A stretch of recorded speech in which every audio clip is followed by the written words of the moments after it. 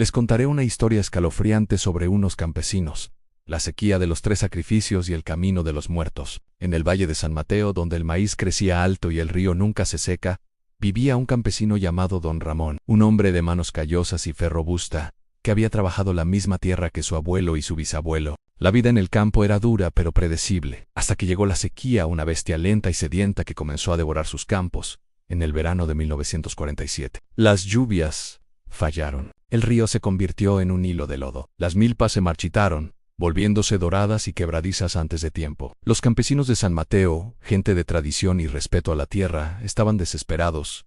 No era una sequía normal. El aire se sintió espeso y en las noches, el silencio del campo era interrumpido por un quejido prolongado y grave que parecía venir de las profundidades del cerro más alto, el Cerro del Vigilante, un lugar que nadie se atrevía a pisar. El temor se apoderó del pueblo. Una tarde el anciano Eusebio, el más viejo del ejido y poseedor de un conocimiento profundo sobre las cosas viejas, convocó a los hombres bajo el mezquite seco de la plaza. Con una voz temblorosa, les dijo que la tierra no estaba solo seca sino molesta. Hemos olvidado el trato, muchachos. La tierra nos da la vida, pero pide su parte cuando la ofendemos, murmuró, señalando un viejo pozo de riego que se había secado el primer mes. Ese pozo, decían, era un sitio antiguo. Eusebio les reveló una leyenda olvidada. En ese valle, la fertilidad no venía del cielo, sino de un espíritu poderoso que habitaba el Cerro del Vigilante. Para apaciguarlo tras una gran ofensa que él creía que era la tala imprudente de un bosque sagrado años atrás, se requerían 3 sacrificios hechos por 3 campesinos de corazón puro, no de sangre, sino de trabajo honesto. Tenían que ser ofrendas de la tierra, entregadas en 3 noches de luna menguante en el lugar más alto del cerro. El primero era un animal, el segundo era el fruto más valioso de su cosecha, y el tercero, el anciano se negó a decirlo. Su rostro palideció y solo pudo señalar hacia la entrada del pueblo, donde empezaba el camino de la vereda vieja. Don Ramón, impulsado por el hambre que acechaba a sus hijos, fue el primero en levantarse. «Yo iré.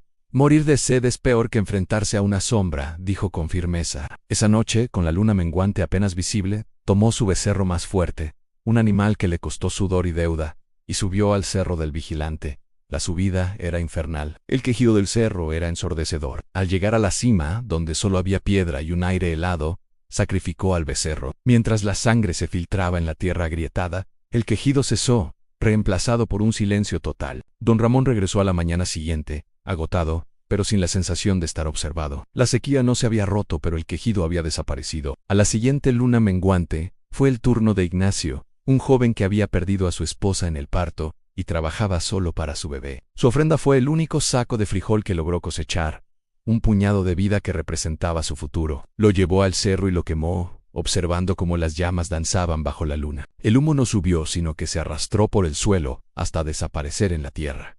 Ignacio no regresó inmediatamente. Lo encontraron a la mañana siguiente, a mitad del camino, dormido profundamente y con una sonrisa tranquila en el rostro, como si hubiera soñado con el paraíso. La tierra siguió seca, pero ahora el aire, aunque caliente, ya no era tan denso. Llegó la tercera luna menguante. El pueblo entero estaba en vilo, esperando la última ofrenda y la revelación del anciano.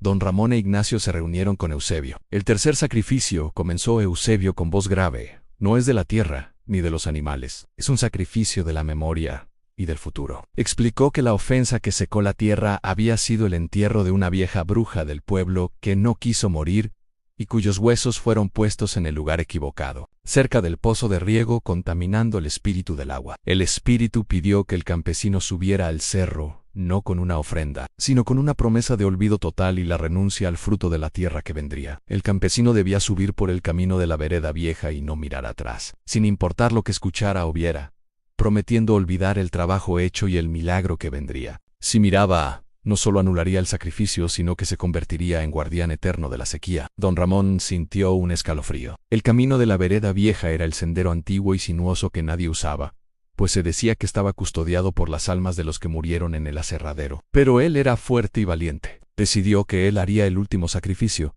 el de la renuncia. Se despidió de su familia, abrazó a su esposa y a sus hijos, prometiendo regresar. Subió el camino de la vereda vieja al anochecer. El camino era angosto, con maleza crecida. A medida que avanzaba, empezó a escuchar ruidos. Eran pasos descalzos y murmullos que lo seguían de cerca. Luego las voces se hicieron más claras, llamándolo por su nombre. «Ramón, ¿olvidas la cosecha? ¿Olvidas a tu esposa?» Sentía el aire removiéndose a sus espaldas. la presencia de múltiples figuras.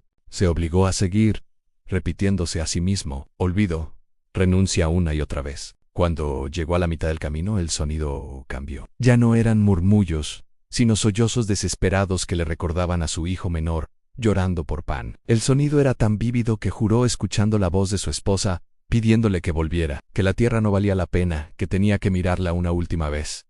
En ese momento, la tentación fue insoportable. Sintió que algo frío y huesudo le tocó el hombro. Don Ramón se detuvo. Su corazón martilleaba. En lugar de mirar hacia atrás, presionó los ojos y se dejó caer de rodillas. Con todas sus fuerzas gritó: «Ya no es mi tierra, ya no es mi futuro, olvido todo lo que vi y sembré». Y en ese instante, el toque se retira. Los sollozos cesaron. Se hizo un silencio tan profundo que don Ramón juró haber escuchado el latido de su propio corazón. Continuó su camino hasta la cima, donde el aire ya no olía a tierra seca, sino a tierra mojada y fresca. Hizo su promesa de olvido al aire, se dio media vuelta y bajó por el sendero principal, sin mirar atrás. Al amanecer, la primera lluvia torrencial caía sobre San Mateo y llovió por 3 días sin parar. Los ríos se llenaron, y la tierra bebió con avidez. El valle se salvó. Don Ramón regresó a su casa. Su esposa corrió a abrazarlo, pero él no reconoció su propia parcela. La miró como la tierra de un vecino. El sacrificio de la memoria había funcionado. Siguió trabajando, pero siempre en la tierra de Ignacio o de otros vecinos. Nunca más pudo sembrar su propia milpa, pues para él era tierra estéril y desconocida. Lo que había sido su vida se convirtió en una extraña obligación. La tierra se salvó, pero don Ramón se había convertido en un espectador de su propia vida de campesino. Nadie se atrevió a volver a subir el camino de la vereda vieja. Se dice que si vas puedes ver en las noches de luna menguante una sombra alta e inmóvil, un campesino que se niega a cosechar y que vigila el camino asegurándose de que nadie más rompa el trato del olvido. Gracias por llegar hasta aquí. Ahora seguiré contando una historia más. El pacto silencioso de la Laguna Honda. Esta historia ocurrió en los Altos de Jalisco, en un pequeño ejido llamado Los Sauces. A principios de los años 30, la vida de los campesinos allí dependía enteramente de las bondades de una vasta extensión de agua conocida como la Laguna Honda, famosa por ser inmensamente profunda y por sus extrañas nieblas. El protagonista de nuestra historia es un campesino respetado por su sabiduría en la siembra y su profundo respeto por los viejos modos. Pero don Chema tenía un problema que lo atormentaba. Su hijo Nacho, un joven fuerte pero ambicioso, que quería modernizar el ejido, desecar parcialmente la laguna para ganar más tierra cultivable y usar maquinaria pesada. Los ancianos de Los Sauces, y en especial don Chema, sabían que la Laguna Honda no era solo agua. Ellos contaban que en el fondo vivía el Señor del Agua, un espíritu antiguo que concedía la fertilidad a cambio de un pacto silencioso a nunca extraer más de lo necesario. Nunca perturbar el centro de la laguna, y nunca bajo ninguna circunstancia hablar de él en voz alta cerca de la orilla.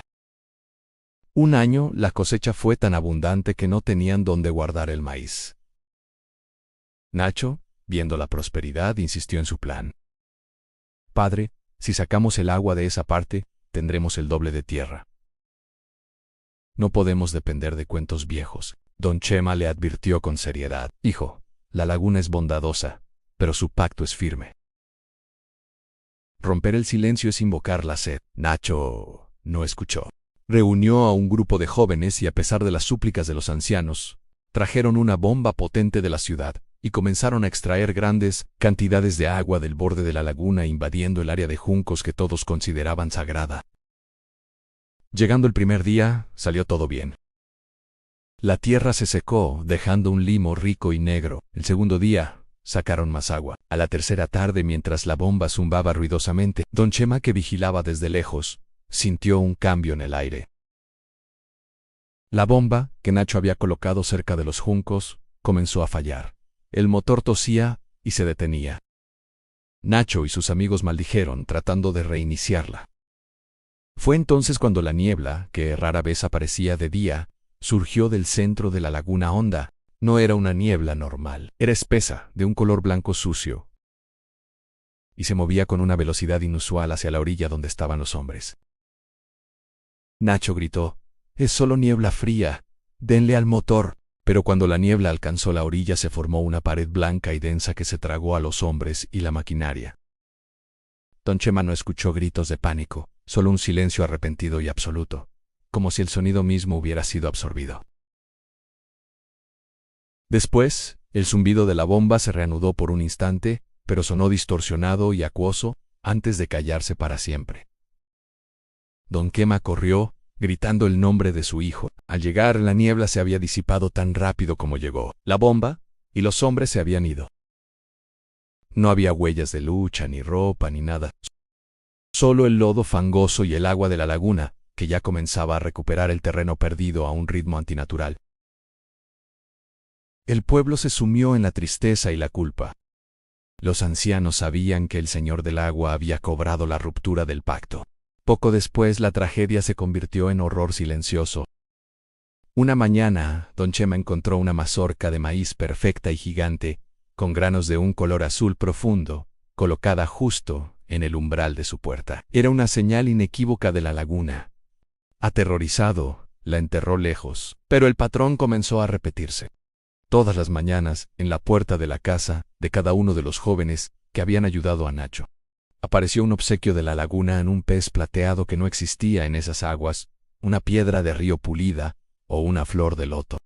Eran ofrendas silenciosas, un recordatorio de que el pacto existía, pero había cambiado. La gente intentó hablar del asunto de buscar a los hombres o rezar. Pero cuando alguien intentaba mencionar la laguna o los desaparecidos en voz alta, su voz se ahogaba en su garganta, y la persona sentía una presión insoportable en el pecho, obligándolos al silencio. Don Chema intentó desesperadamente hablar con el anciano Eusebio, el sabio del pueblo. Solo pudo comunicarse con gestos y dibujos. El anciano dibujó la silueta de un hombre sumergido, con una mazorca en la mano, y luego, un círculo con una línea cruzada sobre una boca. El pacto de silencio ahora era forzado. El pueblo de los sauces prosperó como nunca antes. Las cosechas eran milagrosas, el pescado abundaba, y el clima era siempre perfecto. Pero la abundancia venía con un costo. Cada noche de luna llena la espesa niebla volvía a surgir del centro de la laguna honda y se arrastraba hasta el pueblo. Y cada vez que la niebla tocaba una casa, un niño o una persona anciana del pueblo desaparecía silenciosamente antes del amanecer. Nunca se encontraron rastros, solo un leve olor a agua estancada y lirios. La laguna seguía cobrando su parte, llevándose el futuro y el pasado del pueblo, pero nadie podía hablar de ello. Don Chema, consumido por la pena, se convirtió en el guardián silencioso. Todas las noches, salía a la orilla y miraba la oscuridad, rezando con la mente incapaz de emitir un sonido. Una noche vio una luz verde profunda emerger del centro. La luz se acercó lentamente a la orilla, y Don Chema pudo distinguir una silueta borrosa dentro de la luz. Ahí estaba un hombre y alto, vestido con ropa de campesino, pero cuyo cuerpo parecía estar hecho de agua y juncos.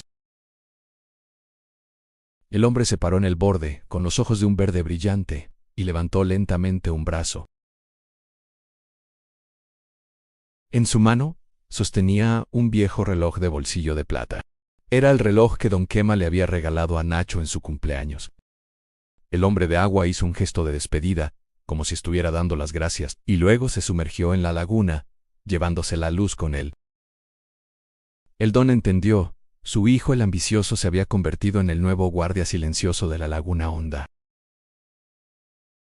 asegurando la abundancia para el pueblo a cambio de las almas que el Señor del Agua reclamaba por haber roto el pacto.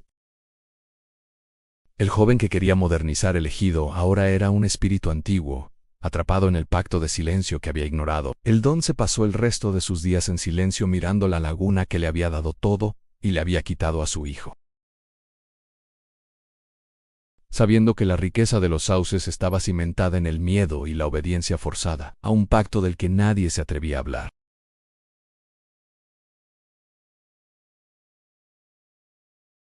Gracias por ver este video, nos vemos en el próximo.